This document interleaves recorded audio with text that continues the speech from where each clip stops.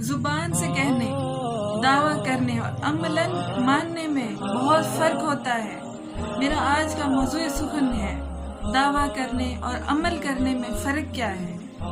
یہ ایک دعویٰ ہے کہ میں ایمان لایا اللہ پر، اس کے ایک ہونے پر، یکتا ہونے پر، کامل ہونے پر۔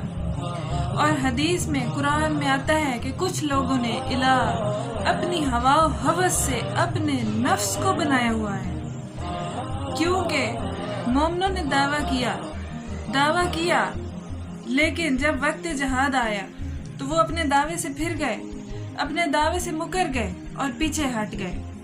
اس میں ایک بہت پیارا واقعہ حضرت سلیمان علیہ السلام کا بیان کروں گی۔ ان کو رب تعالیٰ نے یہ علم بخشا تھا کہ تمام چیزوں کی، چرند پرند کی زبانیں سمجھتے، پودوں کی زبانیں سمجھتے، ان سے گفتگو کرتے، کلام کرتے۔ ان کو پودے خود بتاتے میرا یہ استعمال ہے، میں اس مقصد کے لیے آیا ہوں، میں اس مرض کی شفا کے لیے آیا ہوں۔ چیونٹیوں کی زبان سمجھتے، پرندوں کی زبان سمجھتے۔ دوسری چیز جو تھی حضرت سلیمان میں، وہ یہ چیز تھی کہ اس خوبی کو دیکھتے، جب بھی کسی چیز کی خوبی دیکھتے تو وہ رب تعالیٰ کے ساتھ اس کا ریفرنس جوڑتے اور وہ اللہ کی حمد و ثنا میں چلے جاتے۔ کوئی بھی چیز دیکھتے، کسی پرندے کی زبان سنتے، کسی پودے کی خوبی دیکھتے تو وہ اللہ تعالیٰ کو یاد کرتے، بنانے والے کو یاد کرتے۔ اور یہ تمام انبیاء کا وتیرہ ہے، اولیاء کرام کا وتیرہ ہے کہ جب بھی وہ کوئی چیز دیکھتے ہیں، کوئی مخلوق دیکھتے تو وہ اس کے خالق تک پہنچتے اور خالق کی حمد و ثنا کرتے، اور ہمیں بھی انہی کے نقش قدم پر چلنا چاہیے۔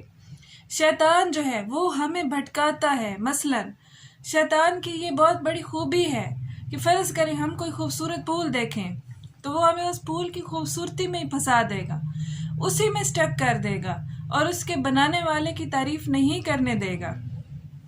کہ حسن کی دیکھنے کی خوبی یہ ہے کہ جب حسن کو دیکھا جائے تو اس کے بنانے والے تک پہنچا جائے۔ شیاطین امت کیا کرتے ہیں؟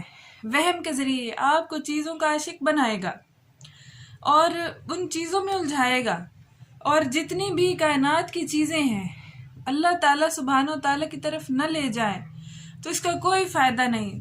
تبھی فرمایا جب بھی کوئی بہتر چیز تمہارے سامنے آئے تو کہو سبحان اللہ، اللہ تعالیٰ کی تعریف کرو۔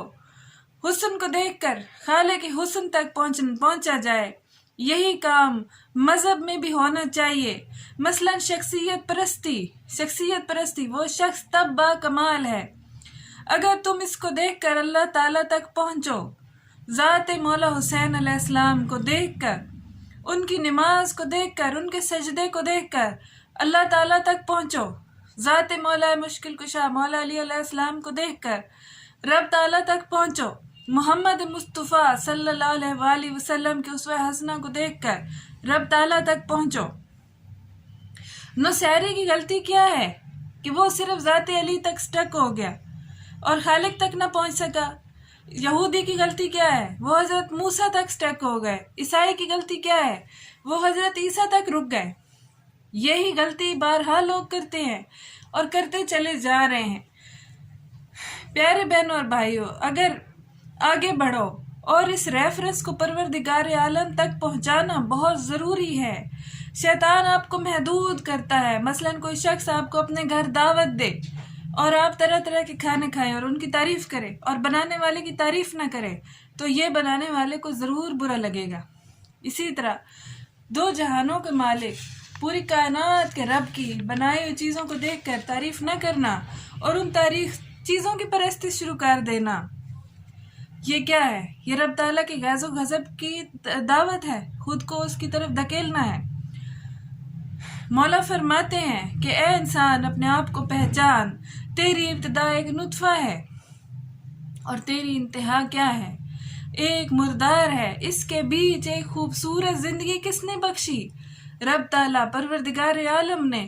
حضرت سلیمان کی کیا عادت تھی کہ وہ چیزوں کو دیکھ کر کہاں پہنچتے تھے؟ خدا تک پہنچتے تھے۔ اگر آپ نیشنل جیوگرافک چینل کھولیں، اس پر آپ کو مختلف قسم کے پرندے، مچھلیاں، سمندری مخلوقات نظر آئے گی، ان کی حرکات نظر آئیں گی۔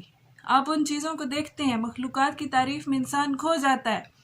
لیکن کبھی بنانے والے کی تعریف نہیں کرتا کہ اس مچھلی کو کس نے سکھایا کہ کس طرح اپنی غذا کے پیچھے جانا ہے۔ حدیث میں ہے کہ ایک حدیث میں بھی ہے اور ایک نیو ریسرچ بھی ہے، یقیناً آپ نے یہ دیکھا ہوگا، سنا ہوگا کہ سمندر میں ایک ایسی مچھلی ہے جو بہت بڑی ہے اور وہ بہت بے پناہ مچھلیاں کھا کے اپنا پیٹ بھرتی ہے، یہاں تک کہ اس کے دانتوں میں گوشت کے ذرے پھنس جاتے ہیں۔ اب ذرا سنیے گا، اس کے دانتوں میں گوشت کے ذرے پھنس جاتے ہیں اور وہ یہاں تک کہ اس کے دانتوں میں اگر وہ ذرے نہ نکالے جائیں، جس طرح انسان کو برش کی ضرورت پڑتی ہے اس کو بھی ضرورت پڑتی ہے، اگر گوشت کے ذرے نہ نکالے جائے، اس کے دانتوں میں کیڑے پڑ جائے، رب تعالیٰ نے ایک ایسا پرندہ بنایا جو اڑتا ہواؤں میں ہے، پھرتا فضاؤں میں ہے، انتظار کرتا ہے اس مچھلی کا جب وہ سمندر سے اپنا منہ نکالے، وہ اس کے منہ میں جا کے اس کے دانتوں میں پھنسے، گوشت کے ٹکڑے کھائے اور اپنا پیٹ بھرے۔ سبحان اللہ تعالی۔ وہ مچھلی سمندر سے اپنا منہ نکالتی ہے، اس کو اپنی زبان میں آواز دیتی ہے، وہ آتا ہے، وہ اس کے منہ میں بیٹھ جاتا ہے، اس کی لمبی نوکیلی چونچ ہے جس سے وہ اس کے دانتوں سے گوشت کے ذرے نکالنا شروع کرتا ہے، یہاں تک کہ اس کے دانت صاف ہو جاتے ہیں اور اس پرندے کا پیٹ بھر جاتا ہے، یہی اس کی خوراک ہے۔ اب یہاں سوال یہ اٹھتا ہے کہ اگر پرندہ مچھلی کے منہ میں جائے گا تو مچھلی تو اس کو کھا جائے گی۔ رب تعالیٰ نے، قدرت نے اس کی داڑھی کے نیچے ایک نوکیلی چونچ نما سینگ رکھا ہے، ایک نوکیلا چونچ نما سینگ اس کی پیشانی کے اوپر رکھا ہے۔ جتنی دیر وہ اس کے منہ میں رہے گا، اس کا اوپر اور نیچے کا جو نوکیلا سینگ ہے وہ مچھلی کو منہ بند نہیں کرنے دے گا، کیونکہ اس سے اس کا منہ پھٹ جائے گا اس سے سینگ سے، اور وہ جہاں تک کہ وہ ساری خوراک کھا کے اس کے منہ سے اڑ جائے گا۔ سبحان اللہ۔ یہ ہے رب تعالیٰ کی قدرت کی نشانیاں، اور کس طرح اللہ تعالیٰ اپنی قدرت کی نشانیاں ہم پر ظاہر کرتا ہے۔ اللہ سبحانہ تعالیٰ یہ کمال رکھتا ہے کہ وہ تمام چیزوں میں بہت ہی مکمل اور احسن طریقے سے چیزوں کو تخلیق کرتا ہے۔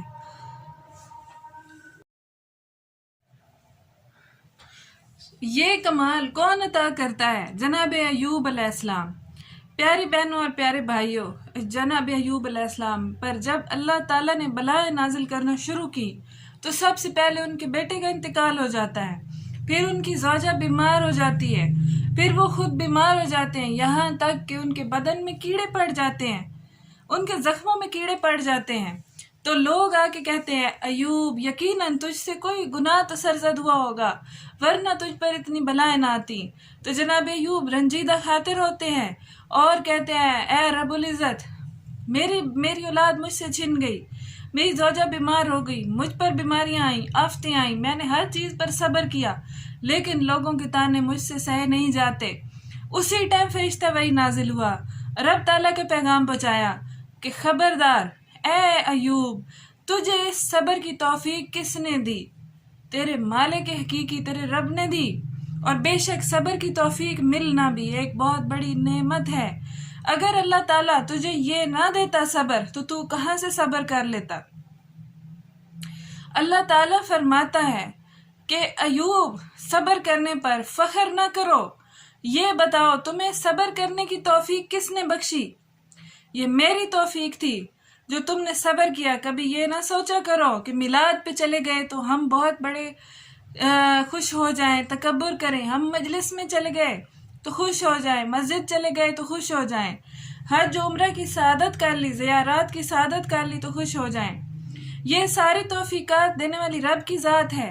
مسجد پر جائے نماز پر جا کر نماز کی توفیق دینے والا بھی وہی پروردگار ہے جو تمہیں جائے نماز تک پہنچا رہا ہے۔ اگر میں گفتگو کر رہی ہوں، دین کی بات کر رہی ہوں، قوت گویائی بخشنے والی رب کی ذات ہے۔ اگر میری طاقت سلب ہو جائے، میں بول نہ سکوں، میرے کانوں کی طاقت سلب ہو جائے، میں سن نہ سکوں، اگر میرے پاؤں کی طاقت سلب ہو جائے اور میں چل نہ سکوں تو میں کیا کر لوں گی؟ کچھ نہیں۔ یہ تمام توفیقات دینے والی رب تعالیٰ کی ذات ہے۔ ہر اچھائی جو ہے، ایمان، دل میں ایمان لا کے اس کو رب کی ذات تک جوڑنا اصل نیکی کہلاتا ہے۔ بھلائی کی طرف بڑھو اور ہو سکے تو بھلائی کو آگے پھیلاؤ۔ اگر بھلائی کر رہے ہو تو شکر کرو کہ توفیق بھلائی مل رہی ہے۔ اگر عبادت کر رہے ہو تو شکر کرو توفیق عبادت مل رہی ہے۔ فرمایا ہر چیز کس تک پہنچائی جائے؟ رب تعالیٰ تک۔ یہ عقل مندوں کی نشانی ہے، لیکن بعض لوگ شخصیتوں میں پھنس جاتے ہیں۔ شخصیت پرستی حرام ہے۔ اگر وہ چیز تمہیں خدا تک پہنچا رہی ہے تو اس چیز کو فالو کرو، ضرور کرو۔ صرف زبان سے بیان کرنا کہ مولا علی علیہ السلام کا ماننے والا ہوں، یہ بڑا آسان ہے۔ مولا حسین کا ماننے والا ہوں، کاش میں کربلا میں ہوتا اور میں اپنی جان قربان کرتا، یہ عملاً کرنا بہت مشکل ہے۔ دعویٰ کر رہا ہے۔ کبھی کیا ہے غور اس بات پہ کہ جو میں دعویٰ کر رہا ہوں کتنا سچا ہے؟ اگر واقعی پریکٹیکلی ایسا ہو تو کیا کرو گے؟ حضرت سلیمان ایک جگہ سے گزر رہے تھے تو کیا دیکھتے ہیں؟ ایک چڑیا اور ایک چڑا آپس میں باتیں کر رہے ہیں۔ اب ان کی گفتگو اتنی دلچسپ تھی کہ حضرت سلیمان وہاں رک گئے، ان کی باتیں سننے لگے۔ چڑا جو ہے وہ چڑیا سے کہہ رہا تھا، نر جو ہے وہ مادہ سے کہہ رہا تھا کہ تم مجھ سے شادی کر لو، اور وہ چڑیا نہیں مان رہی تھی۔ اس نے بہت اس کے آگے منتیں کی، یہاں تک کہ حضرت سلیمان نے ان کے بیچ میں اپنی گفتگو شامل کی کہ چڑیا کو بولا کہ تم مان جاؤ، جب چڑا تم سے اتنی تمہاری منتیں کر رہا ہے تم اس سے شادی کر لو۔ تو چڑیا کہتی ہے کہ یہ جھوٹا ہے۔ تو چڑا کہتا ہے کہ میں تمہیں تخت سلیمانی لا دوں گا۔ جب جناب سلیمان نے یہ سنا کہ تم چڑیا سے کہہ رہے ہو کہ اگر تم مجھ سے شادی کر لو تو میں تمہیں تخت سلیمانی لا دوں گا، تو جناب سلیمان کو غصہ آیا کہ تم کیسے میرا تخت لا سکتے ہو جب کہ تم اس کو اٹھانے کی طاقت نہیں رکھتے۔ تو چڑیا کہتی ہے کہ یہ ہر چڑیا کو کہتا ہے کہ میں تمہیں تخت سلیمانی دوں گا، تم مجھ سے شادی کر لو۔ یہ جھوٹا ہے، فریبی ہے۔ جب یہ واقعہ دیکھا تو جناب سلیمان بہت رنجیدہ ہو گئے اور وہ پریشان ہو گئے، اور وہ گوشہ نشینی میں چلے گئے، تنہائی میں چلے گئے، کئی ہفتوں تک روتے رہے کہ اے رب تعالیٰ، کہ کہیں ایسا تو نہیں کہ میں بھی اس چڑے کی طرح صرف دعوے کر رہا ہوں اور عملاً میں کچھ نہیں، کہ جب بھی میں کوئی چیز دیکھتا ہوں تو میں تیری تعریف بیان کرتا ہوں۔ صرف وہ بات کہو جس میں حقانیت ہو۔ خوف زدہ ہوتے تھے حضرت سلیمان اور تمام انبیاء کرام کہ ہم جو کہہ رہے ہیں واقعاً ہمارے اندر ہے کہ نہیں۔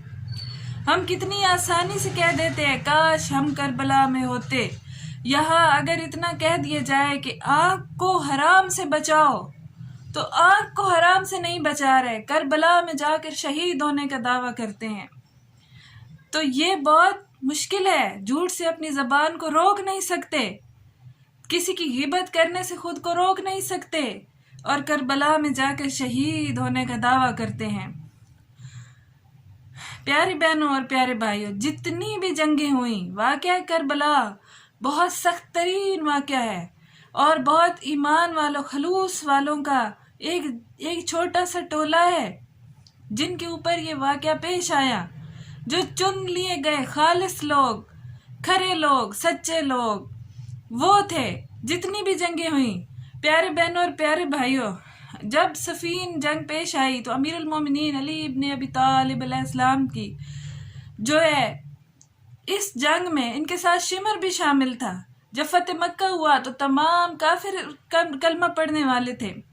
اس جنگ میں چھانٹی نہیں ہوئی تھی، کوئی لالچ کو آیا، کوئی خلیفہ مان کر آیا، کوئی خوف سے آیا۔ کربلا وہ واحد جنگ ہے جس میں چھانٹی کر دی گئی، جو چھانٹی شدہ جنگ ہے۔ خلوص کامل والا ایسا شخص جو اس جنگ میں شامل ہوا، ذرا ان کے کردار پر روشنی تو ڈالیے، ذرا مطالعہ تو کیجئے۔ امام حسین علیہ السلام کے ایک شخص آ کر ان کے سامنے کھڑا ہو گیا اور کہنے لگا کہ میں آپ پر جان نثار کرنا چاہتا ہوں، تو فرمایا تیری گردن پر کسی کا کوئی قرض تو نہیں؟ پہلے جا اور اس قرض کو لوٹا کے آ۔ تو وہ شخص کہتا ہے کہ یا مولا اس وقت تک تو بہت دیر نہیں ہو جائے گی؟ تو امام فرماتے ہیں کہ کوئی اپنا وکیل مقرر کر، اس کو اپنا واقعہ بتا کہ میں میدان کربلا میں جام شہادت نوش کر لوں گا، میرے بعد میں رہ جانے والے ترکے میں سے فلاں فلاں شخص کے جو میرے گردن پر قرض ہے وہ لوٹایا جائے، یہ وصیت پیش کر کے آؤ اور تب آ کر میدان میں شہادت پیش کرو۔ واقعہ کربلا میں اصول بہت سخت تھے مولا حسین کے، یہاں تک کہ مولا حسین علیہ السلام نے جہاں پر خود شہادت پیش کی اس جگہ کو بھی اپنے ذاتی پیسوں سے خریدا اور پھر وہاں شہادت پیش کی کہ یہ جائیداد بھی میری اپنی ذاتی جاگیر کہلائے۔ کوئی یہ نہ کہے کوئی غریب الوطن تھا، یہاں آ کر مارا گیا اور وہاں کے لوگوں نے ترس کھا کر ان کو وہاں دفن کر دیا۔ صلوات پڑھ دیجئے۔